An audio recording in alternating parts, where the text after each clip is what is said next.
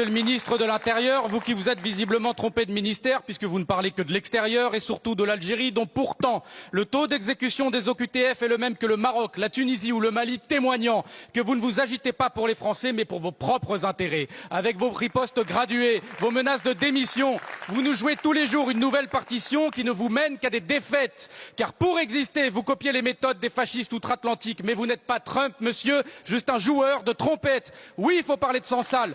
Nous avons tous appelé à sa libération, mais l'escalade des tensions lui nuit gravement et la vérité, c'est que Retailleau est en train de le sacrifier pour gagner son congrès. Vous dites agir pour la France, mais comment peut-on prétendre défendre la France en piétinant ses lois, en piétinant des droits, en piétinant la foi de millions de Français musulmans?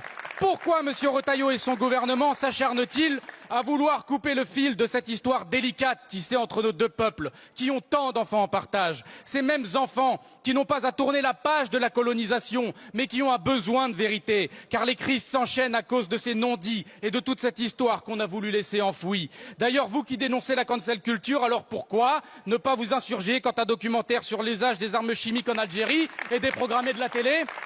Monsieur le Premier ministre, votre gouvernement n'est pas à la hauteur de notre histoire commune, pas à la hauteur de ces Algériens qui ont fait couler leur sang à Monte Cassino ou dans le débarquement de Provence, pas à la hauteur de nos anciens qui ont mêlé leur sueur dans les mines et les usines de toute la France.